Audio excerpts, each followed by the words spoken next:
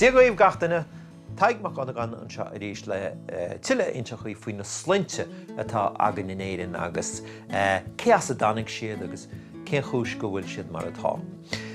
Bhí muid cáint hána faoin na Lochlaní agus na Normánaí agus na Crístithe agus na Drámaní seo ar fad ar a bainte acu le cumann na slinte.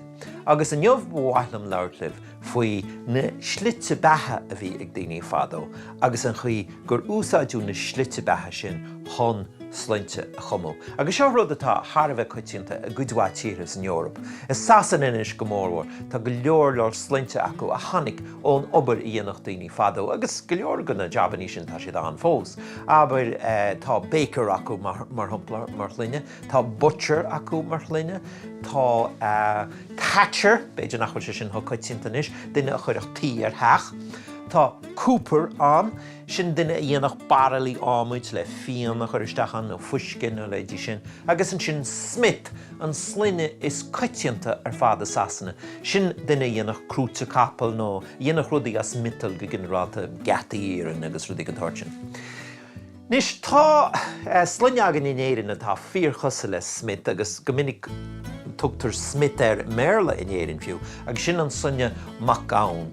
So gawa an focail atá agan in éige ar an Smith an duine a dhéanach rudaí le mittal, agus McGowan sin an sline atá agan, agus uaireanta tugtar McGowan ag scríbhtar Merle freisin in éireann, so McGowan a Smith.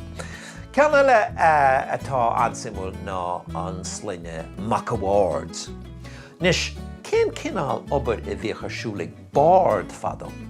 Well, an obair i bhí chuirsúlaigh bard ná go míte a cuma filiachta don tíiseach mór tábhachtach a rá sé a gobar ghó.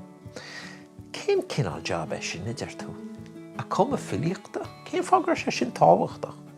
Well, san ama cathú, an rud a bhíoch ag gceist leis an mard ná go mbeadh sé a mulla an tíisi, go mbeadh sé rágur an tíiseach a bhí ag siúd go híntach cliste agus cumasach agus misnúil agus gur bhain sé le drama bhí an speisialta freisin.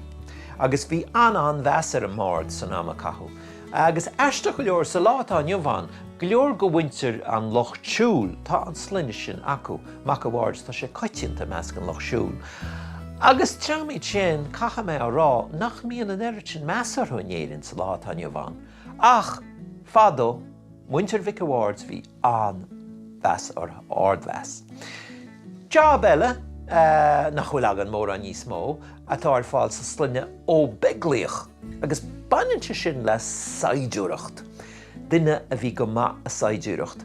Beag, cilíonn sé sin gur duine beag a bhí anar nó, ach líoch, céir is brí le sin. Well, líoch sin duine atá an visnú le tá go híntach a tréid, atá sásta dul sa chance. Mar thumpla an ghailge, an téirme gailge tá agan ar leithidí Superman, nó Spider-Man, nó Superwoman, nó Sár-líoch. Mar sin atá a gceist le ó beaglaíoch, duine a bhí a go híntach misnúil agus cumasach maidir le treid agus achran agus rud ag an tartin. Sin aga mar sin cúpla sline a bhaineann le slite bethe a bhí in éireann fadó. McGowan, McAwards agus ó beaglaíoch.